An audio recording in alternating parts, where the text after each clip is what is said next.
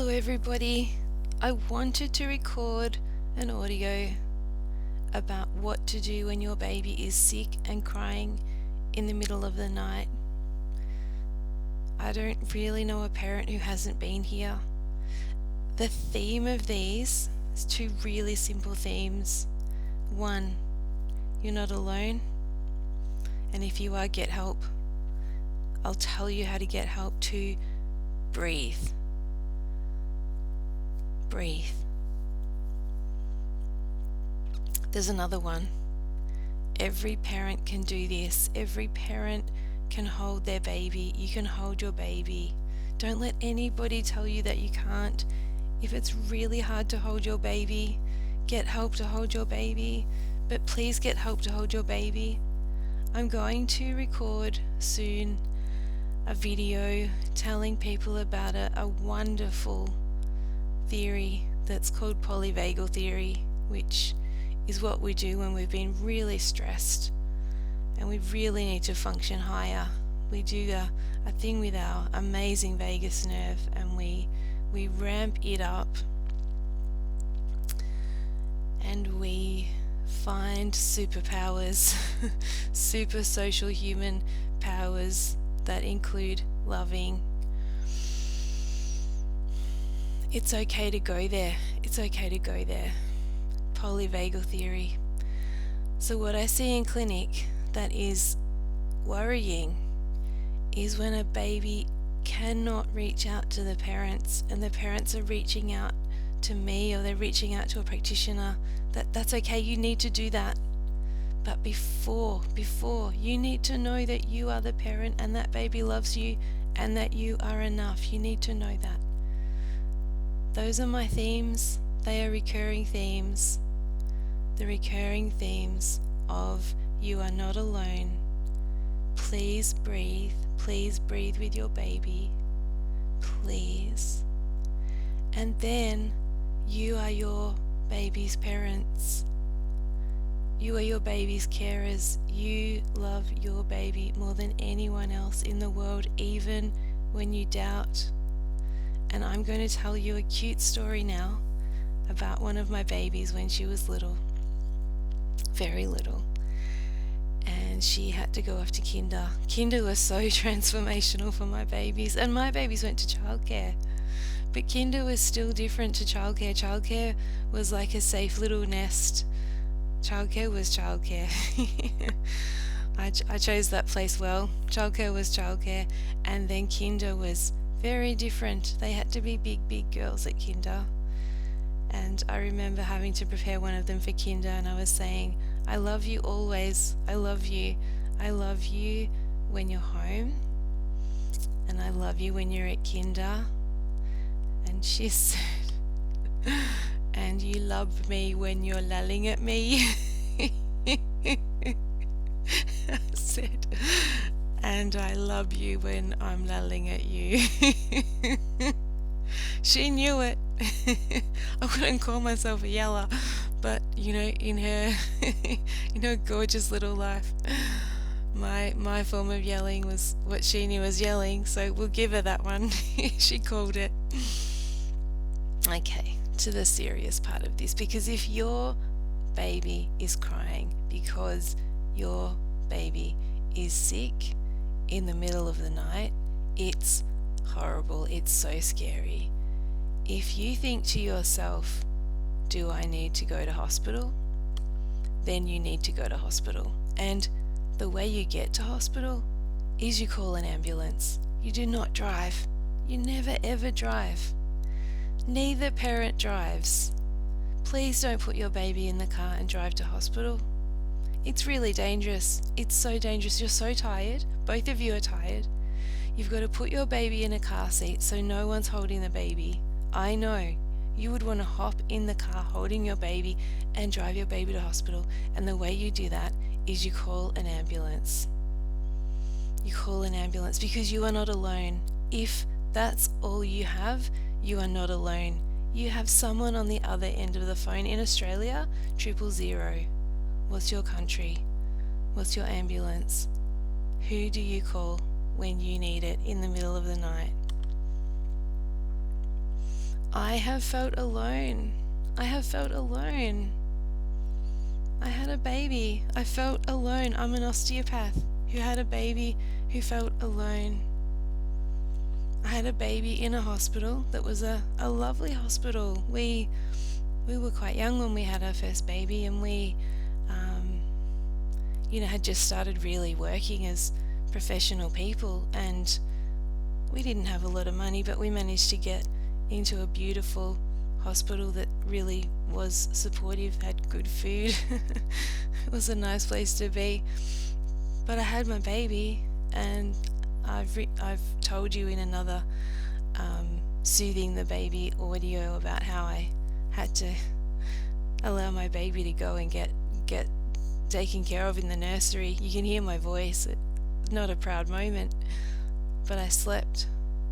And the next day I was in the hospital alone because my beautiful husband, he needed to sleep. He'd been up all night having a baby with me, and he needed to sleep too. And I called my gran, and my gran came and sat with me all day. So when I was having babies, I was so lucky. My mum didn't live near me, and I had my gran. My gran lived quite close, and she was young and healthy, and boy did she love those babies. I remember when I had my first baby, and my gran was 80, and I told her sometime during that year, I think it was early in the year that I was pregnant, because that little baby was born in October. But I remember when I told her that I was having a baby, she looked at me and she said, I really wanted to become a great grandmother for my 80th birthday. She's so cute, my gran. She's passed away now, but she's still in my heart, which is really nice. So enough about me. A little bit more about my gran though. When my babies were older, and particularly with my first baby, because you're more alone with your first baby because you only have one baby and you don't have a crazy toddler distracting you from the baby. And when that baby cries, it's not easy. So I would ring my gran when my baby had been crying and crying, say, "Oh, gran, still crying." My gran would say, "Look after yourself." She would say, "You are going to put the baby in a pram. You're going to make yourself a sandwich and a cup of tea." Gran and I loved our cups of tea. "And you are going to eat your sandwich, and you're going to take the baby for a walk." That was her advice, and that's what I did. We need to ask for help. The feeling of being alone, acknowledge it. Feel, I'm alone. Acknowledge it. That means get help. It doesn't mean nobody loves me. It just means get help. I hope you have someone. I hope you have a mother's group, a neighbor, a relative, a friend. And do you know when you are most vulnerable and you call someone, you make the best connection? And I will tell you that people call me, friends call me, and patients call me, and when I can help, I help. And I tell them the reason I help. I'm a selfish helper. I help them because it makes me feel amazing. So they think that they're putting me out, or oh my gosh, please help me. Can you help me? And people ask me intensely, can you help me? I need you to do this. Or I will offer to help, and they will say, oh, that's too much. And I have to say, hang on a minute, the reason I'm offering this to you is because I can, otherwise I wouldn't. This is what I can do. And also, I'm only offering because I'm selfish, and it will make me feel so much better because I like to feel helpful. So human beings like to feel helpful. We like to feel needed. It helps us to feel important. It's our little beautiful little ego jumping in and going, oh my gosh, I did something in the world today. I was important. Work with that. That's okay. Alright, back to asking for help. We can have a fight-flight response. We can be really scared. We can even feel the crying sick baby in the middle of the night as a threat. Acknowledge that. That crying noise, it's very threatening. That's why you need to ask for help. There's another beautiful reflex. Let me get my words right around this. So we have the fight-flight, and we have another one called Tend and Befriend. And look up Tend and Befriend, but it's why we have mothers groups. It's basically everybody in the tribe, and there's been some kind of challenge, and so lots of warriors have gone out, or people are out searching for food, and generally the people who care for the babies are around the babies, and the warriors are all out doing warrior work, and we've got people caring for the babies. And then there's another challenge, and the warriors are not there, and so the carers, the tending to the baby people, then have to do something else, and some of them have to fight flight. So then they say, okay, these are the people who are going to tend to my baby. I'm going to befriend them, and I'm going out to collect food, or I'm going out to protect, or we have this amazing ability to change roles. And so whoever can tend for the baby, we befriend them, and that's beautiful, and that's called a connection. I hope you've made many of them. Whoever they are, reach out, be vulnerable, put yourself out there asking for help, and the world will answer. If it's the ambulance, they are amazing. They're on the phone straight away.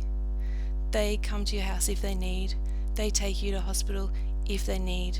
They help you. They help the parents as much as they help the baby. That's their job. You make the phone call. You do not suffer. You do not get scared. You do not feel threatened by your baby. You do not have to feel alone. You do not drive. Why do babies get sick? And why is it worse in the middle of the night? It's horrible. I had a croupy baby.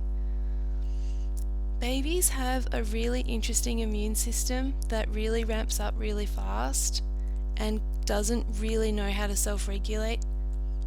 Interestingly, it knows how to self-regulate quite well to temperature. If you hold your baby to your chest, babies can self-regulate if given a chance.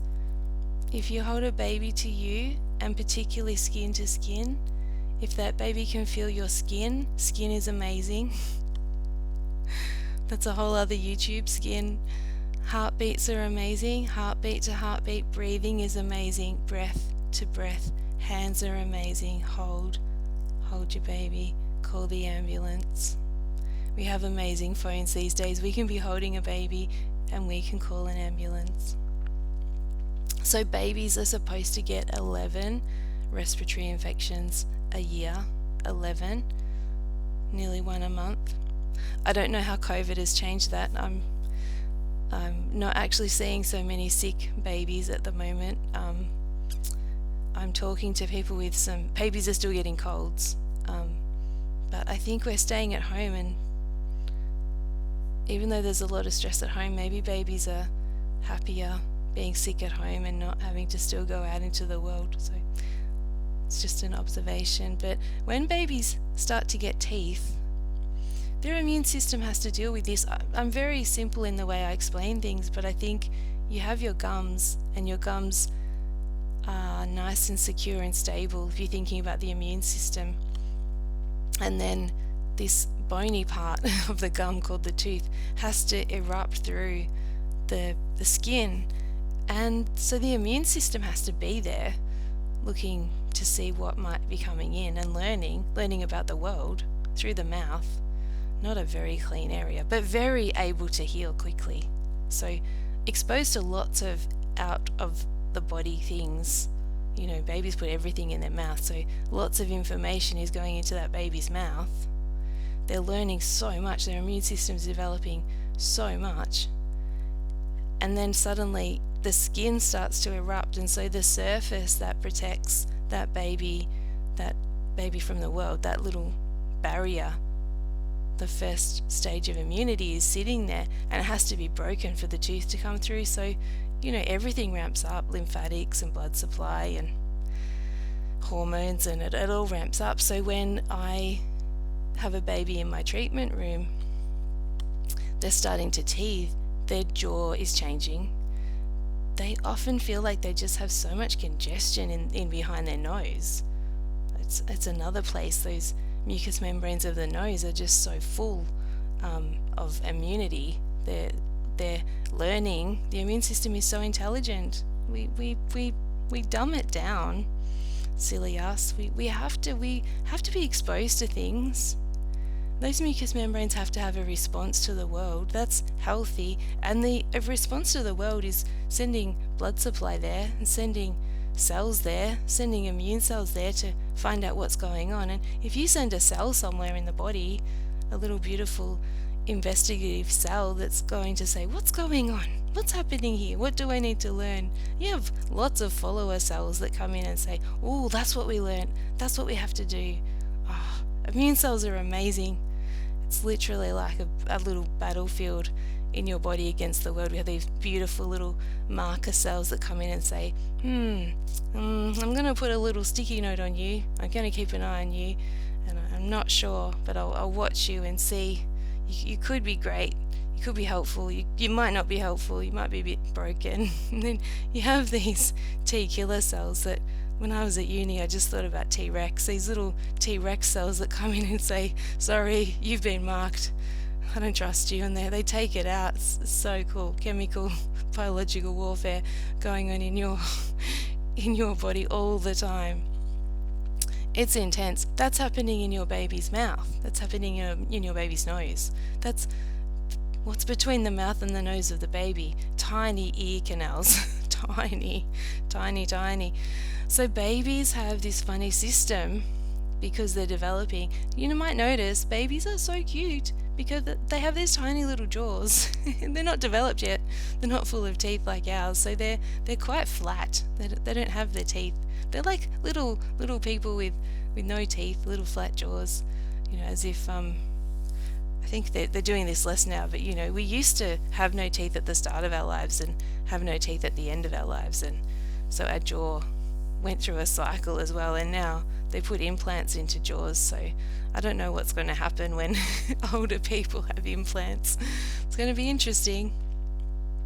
Anyway, gosh, I'm really jumping around tonight, but I think it's good, just to have a little chat about, and a funny chat about how the body and the immune system and the baby, this horrible congestion in the head. Don't lie the baby down. Hold the baby up. Hold the baby, support the baby. Hold the baby's chest. Hold the baby's chest to your chest. Think about if you were having trouble breathing, how you might want to open your airway.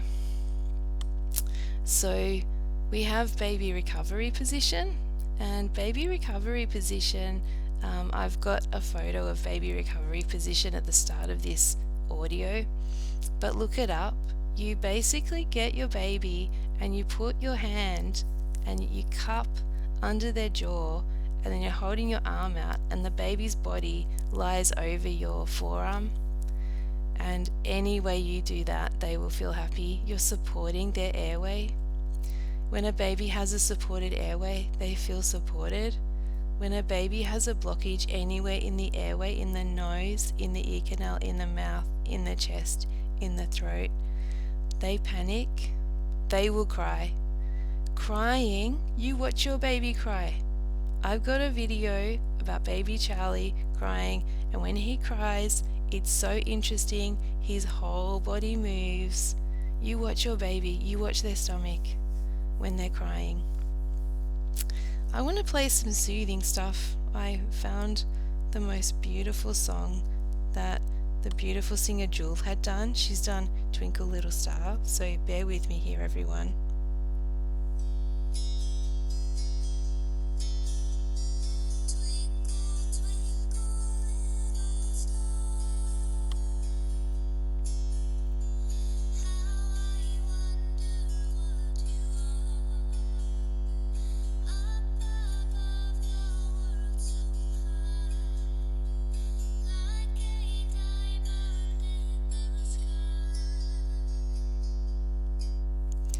I have pretty amazing IT going on at the moment, so I'm hoping you heard that. I'm really hoping.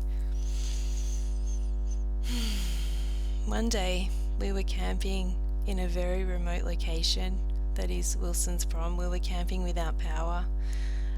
Lots of people can camp there, so I suppose we weren't alone, but it was the middle of the night and our baby was crying. It was one of those thunderstormy, humid nights, and the baby had croup. Yeah, I had a croupy baby. Wow, there's so many theories about croup. Over the years that I've been an osteo, there's been put them in a shower, put them in a humid environment, have humidifiers, and then they said put them in the cold, shock their lungs, don't put them in the humid environment. So there's been different things. In the middle of the night, the theories don't matter. In the middle of the night, hold your baby up on your chest. I see people trying to put their baby down. You want to put your baby down because you're tired, but you need to hold your baby up because you need to support the baby's chest, or you need to put the baby in recovery position, and then you need to breathe. So you've got your baby in a position holding their airway, even if they are on you, even if you're lying on your back and they're on their tummy on your back. As long as we can find some position that supports their airway. And we're going to pat. So we're going to pat their back. We're going to pat their back like this because we want to stimulate their lungs. So we're going to pat like this. So I'm patting like this and I can feel my hands tingling. So practice it somewhere on your body, on your arm, on your leg. And you just pat so that you feel your skin tingling. That's the feeling you want to get. Pat, pat, pat, pat, pat. It's okay for this to be fast. This is stimulating. You pat their whole back. You pat the side of their ribs. You can pat the front of their ribs. Pat, pat, pat, pat, pat, pat. Fast is good because fast is soft. Now they have on a nappy usually, or they're wrapped in a blanket, and their bottom is so cute. And so with a bottom, bigger on the bottom, you won't hurt your baby's bottom. Pat, pat, pat. And I want you to think about patting the baby. You can think heartbeat. Pat, pat, pat, pat, pat, slow. It's okay, baby. It's okay, baby. We've got this. We've got this. The baby is not feeling well. They're crying. They're coughing. They're spluttering. They're gagging. Sometimes when you put a crying baby in recovery position, they throw up. That's good. Better out than in, that one. Slow on the bottom. So the heartbeat, lub, dub, dub, lub, dub, dub, lub, dub, dub. Check in. Do I need to call an ambulance? Do I need to call an ambulance? Or have I got this? Who's with me? Who can be with me? So lub, dub, dub. So I told my kids lub, dub, dub. I learnt that lub, dub, dub, lub, dub, dub was the heartbeat. Lub, dub, dub. So I told my kids, I'm out of rhythm. So I told my kids that the heartbeat said, I love you. I love you. I love you. Lub, dub, dub. I love you. I'm a corny mum. My poor children. What happens though is the baby's feeling sick. I've noticed babies coming to see me and everybody's ramped up about the sick baby. People have had no sleep. They've got to me. Everybody's ramped up. When I was a new grad and I didn't have kids, these families would come in and they'd be so ramped up. The most beautiful family has the mum and the baby, usually just the first baby. They are the hardest baby. Can you imagine when you've only got one baby crying in the middle of the night, why you would have two? But you do, you have two. And it's easier because the first baby taught you that you've got this, you can do this, you can raise one, you can get there, you can get through that first year, which is really, really the hardest until they turn 15 and then gets a little challenging again. But off I go, diverting. So what I used to find is all this upregulation, all this, oh my gosh, this baby, this baby, this baby. And as upregulated, as ramped up as the family was and the baby was crying, I would just start speaking so slowly and breathing and breathing. Sometimes I would just sit and watch the family. I didn't actually breathe out loud. I just slowed my breathing down. I dropped my shoulders. It had a magical effect, that down regulation. We do down regulate to each other. If someone in the room has got this, that's why professionals are so handy. That's why the ambulance is so good, because they walk in as professionals. You walk into your osteo's room or your manual therapist or your doctor, whoever has you, you walk in and they're at work, and so they're down regulated. They've got this, they've got the education, they know what they're doing. And if they don't know what they're doing with you, they send you to someone who does. It's a trust. When you're alone at night in your house with your baby, trust yourself. You are enough. You're the parent. But if you don't know what to do, call the ambulance. Or if it's in the day, call the maternal health nurse, call nurse on call. Call your local doctor clinic, call your family, call your neighbour, call your friends. Don't drive your children to hospital. Even if they're older children and they're injured, call the ambulance. Don't drive people to hospital when they're sick. Get the ambulance. The ambulance will tell you what to do. If the ambulance says drive to hospital, drive to hospital. But otherwise, just do what they say. You've got this. So breathe and hold your baby. Now I'm going to play Jewel in the background because she is so beautiful. It'll be soft.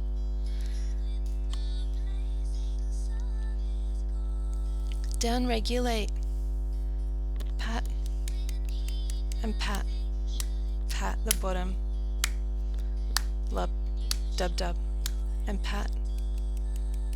Pat all over the back. I spent whole nights sitting up, patting. I wished, when I was doing this, I wished that we had hospitals for babies and parents that had people who would just sit and pat their babies. Wouldn't that be amazing? Maybe that's my passion project. We need help in the middle of the night. I think I've said what I need to say. But babies that are distressed and babies that have some kind of illness that you're not diagnosing as a parent, you don't know. I didn't know. I took my first baby to a doctor, my beautiful doctor, every month for a checkup because my baby went to childcare and she coughed. Certain family members called it kennel cough. She just coughed and coughed. She had a cough the whole time. It was her immune response to childcare. So I took her to the doctor, and every month the doctor would say, oh, her ears are red, but she's okay. She was okay.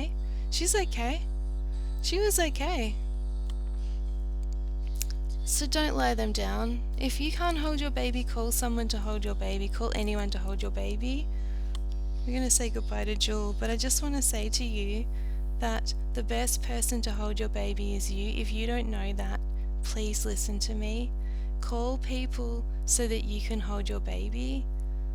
Call people to do the dishes so you can hold your baby. Now this is a little insight into polyvagal theory. That baby needs you more than anyone else. That baby needs the person assigned to them, their parent, more than anyone else in the world. I know that some parents have to go to work. I went to work, so then I assigned the care to someone I trusted. That's what you do as a parent. But if you can be the one that holds your baby as a parent, as the carer, as the person put in charge of the baby, downregulate their nervous system. That's your job. That's your only job. Cleaning the house is someone else's job. Folding the clothes. You'll be folding clothes for a long time when you have a baby. You'll be folding clothes until they're 40. Oh gosh, I've had so much fun with this one. I hope I've imparted a lot of knowledge. I hope that I've supported you. I hope I've given you some really good tools and really encouraged you to get help and really encouraged you to bond with your baby. Your job is to love them. This is about babies that are sick and distressed, but I tell you, if you have a teenager that is distressed, if you have a 30-year-old that is distressed, if you're a parent and your child comes to you distressed, I used to go to my gran distressed, and she used to be able to say the nicest things. Sometimes she didn't. Sometimes the parents get it wrong. Sometimes we say the wrong things. I've said the wrong things to my kids in times of distress and they just yell, "Get out! You got it wrong, get out." I remember the funniest thing one of my children said, because I think I was pushing them. I don't usually push them. I think I was pushing them to go to do something social. I was like, "Oh, that would be so much fun. That would be so great. Go and do it." And they didn't want to. They didn't want to. And I remember they yelled at me, "Just be consistent." Because I'm not pushy, but I got pushy. I got excited. I got upregulated. I was trying to live through my child. Go and do it. Go and do that thing. Go and do that thing. That'd be great. And the child didn't want to. And the child didn't want an upregulated parent. They wanted a calm parent to say, "Oh, honey, do what you like. Do what feels good. Trust yourself." We all get it wrong. But you know, we're actually all perfect. If we just sit and if we can be the person, and if we can turn up in the role, we're winning. I'm feeling so much love after this video. After this audio. I hope you've enjoyed it. I hope it gets you through some nights. I do want to just honour the beautiful Dr. Still and the first osteopaths that were around before antibiotics and before medical systems, and they went to people's houses in the middle of the night. In the rain, they rode their horses. There's stories about it. And they just had to get that baby through the night. There's stories of that. We've just got to get this baby through the night. We've just got to get this baby through the night. I thank you to those early osteopaths. I'm sure other professionals, midwives and doctors and nurses and many other people had the same role of turning up to someone's house years and years and years ago with no medicine and no technology and no power and no running water, and they had to hold babies to get them through the night. We have the resources. We've got it. We've got this. Thank you, everybody. Stay happy and well.